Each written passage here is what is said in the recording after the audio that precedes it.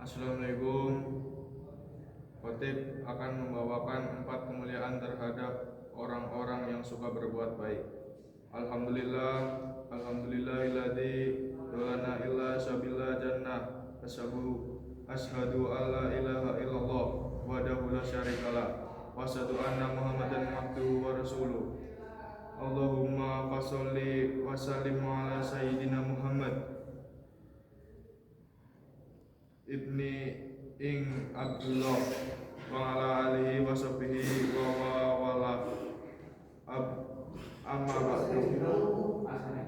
Bayang ibadallah usikum wiya bitaqallah. Qala ta'ala innar matallahi qaribum minallahul muhsinin. Amin. Mengawali khutbah Jumat di awal bulan yang penuh keberkahan ini, marilah kita panjatkan puja dan puji syukur kehadirat Allah Subhanahu wa taala atas segala nikmat yang Dia anugerahkan kepada kita. Tiada satupun selainnya yang mampu menghitungnya, nikmat lahir maupun nikmat batin, sebagaimana firman Allah taala dalam Surat Luqman ayat 20. Wa asba'a laikum ni'amadu dokhiratan wa basyiratan.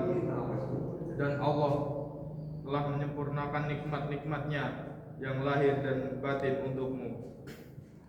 Salawat dan salam semoga kepada Rasulullah Muhammad sallallahu alaihi wasallam beserta keluarga, sahabat dan umatnya hingga akhir zaman. Semoga kita tergolong orang-orang yang mendapatkan syafaat dari beliau, baginda Nabi Muhammad sallallahu alaihi wasallam kelak di yaumul akhir.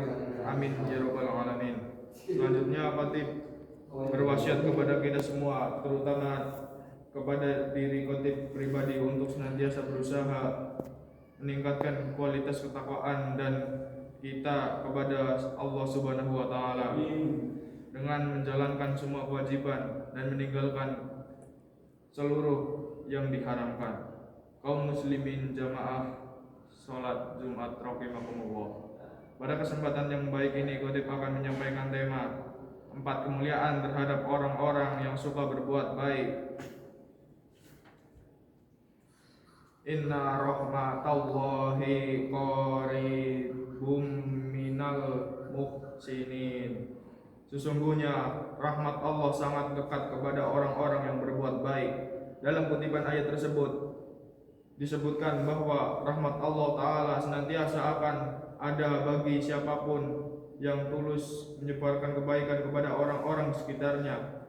Syekh Syahid Tantawi dalam Tasfir Al-Wasit mengatakan, rahmat Allah dekat dengan orang-orang baik, yaitu rahmatnya dengan kebaikannya. Begitu dekat dengan hamba-hambanya yang menjaga perbuatan mereka, yang senantiasa menjaga ketulusan di dalamnya, karena pahala yang disampaikan untuk setiap jenis perbuatan baik. Jadi siapapun yang menyembahnya dengan baik, ia akan menerima pahala yang besar. Dan siapapun yang lebih baik dalam hal-hal duniawi layak pula untuk berhasil dalam usahanya. Dan siapapun yang lebih baik dalam permohonannya layak diterima dan dikabulkan. Dengan demikian terhadap orang-orang yang berbuat baik, maka Allah telah menyampaikan pahala yang agung, melancarkan segala urusannya, dan jika mereka memohon dengan ketulusan kepadanya, Allah Subhanahu wa taala pun akan mengabulkan. Inilah maksud dari pernyataan bahwa rahmat Allah sangat dekat kepada orang-orang yang berbuat baik. Kedua, menjadikan selalu ingat kebaikan yang datang dari Allah. Terkadang sebagai makhluk ciptaan Allah Subhanahu wa taala, kita lupa untuk bersyukur sebagai yang dilakukan kaum Bani Israel, padahal semua yang ada pada diri kita adalah nikmat pemberian Syah Halak, mulai dari kesehatan, harta, hingga pengetahuan.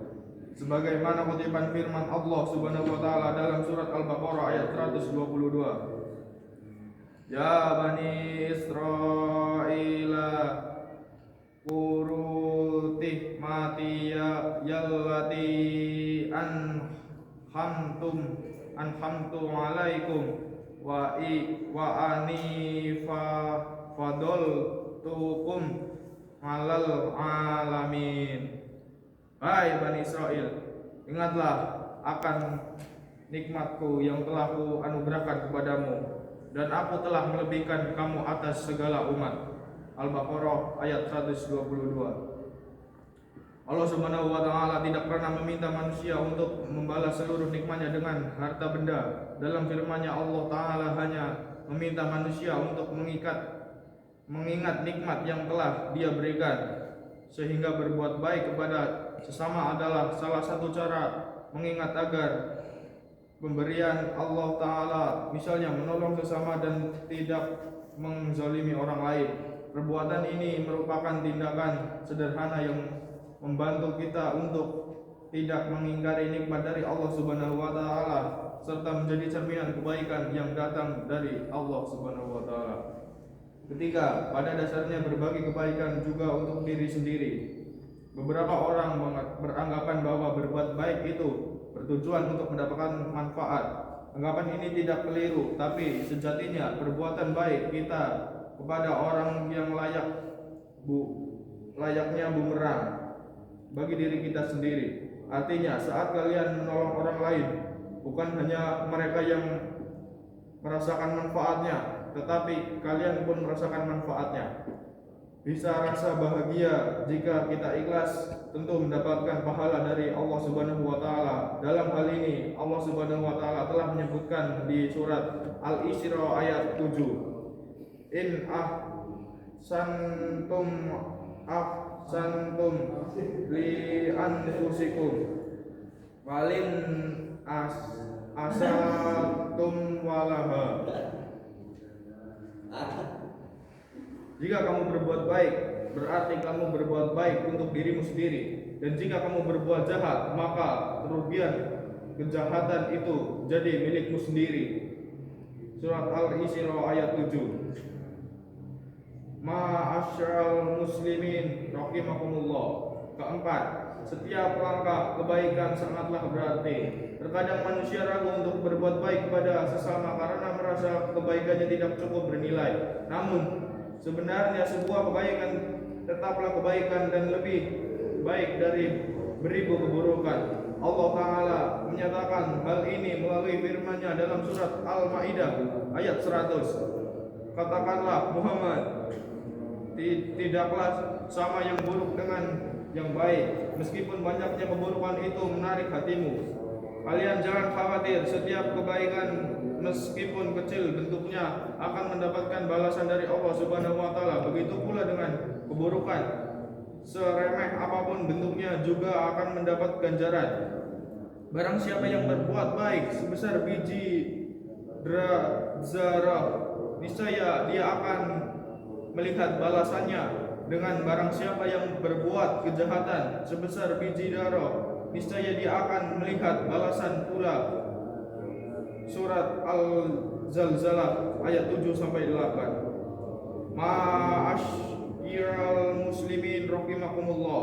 Akhirnya, semoga kita senantiasa diberi kekuatan dan kemampuan oleh Allah Subhanahu wa taala untuk selalu berbuat kebaikan dan menebar kebaikan, kemudian tidak ragu-ragu melakukannya sampai kebaikan itu kembali kepada diri kita. Maka betapa siklus kebaikan berputar dengan indahnya. Amin ya rabbal alamin. Demikian khotbah singkat pada kesempatan ini, dan semoga bermanfaat. Barakallahu lil walakum fil qurni karimin wa nafa'ani wa iyyakum minal ghayati wa dzikril alimi wa qul rabbi fir warham wa anta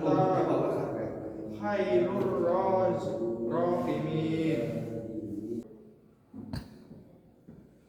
Alhamdulillah hamdan kasiron kama amaro. Ashhadu an la ilaha illallah wahdahu la syarikalah lahul muta'ali ani Musa rokati lisairi basari wa ashadu anna Muhammad ba'duhu wa rasuluhu miyil khatabaru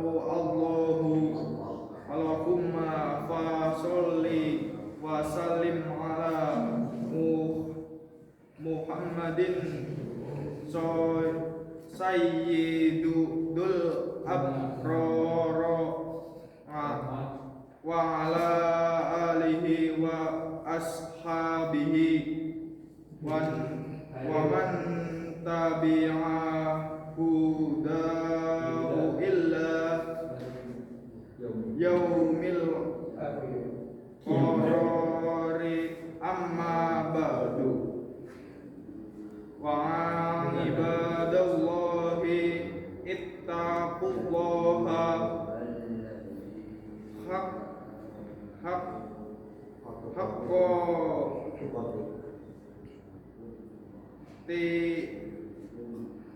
tufatihi walamutunna ila wa antum muslimuna qala taha innallaha wa ikatahu yusoluna ala nabi ya atuhad halladhi na'amanu sallu alaihi wa sallimu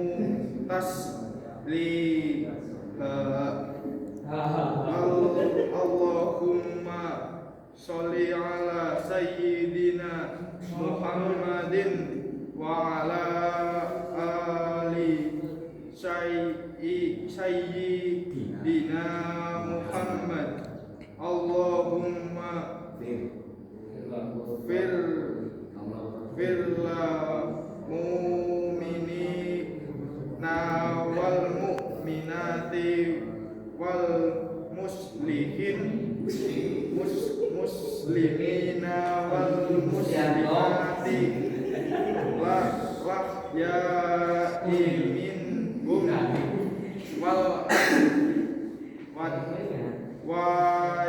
wa bana kif lana wa ilhi wa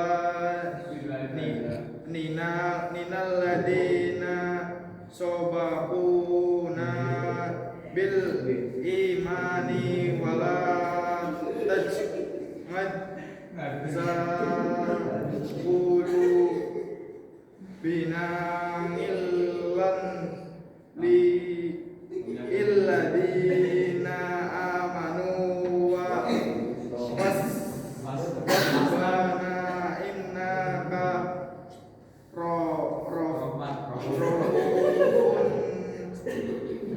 wahimun rabbana atina fid dunya hasanatan wa fil akhirati wasatatan tawwabina adaban nari walhamdulillahi rabbil alamin.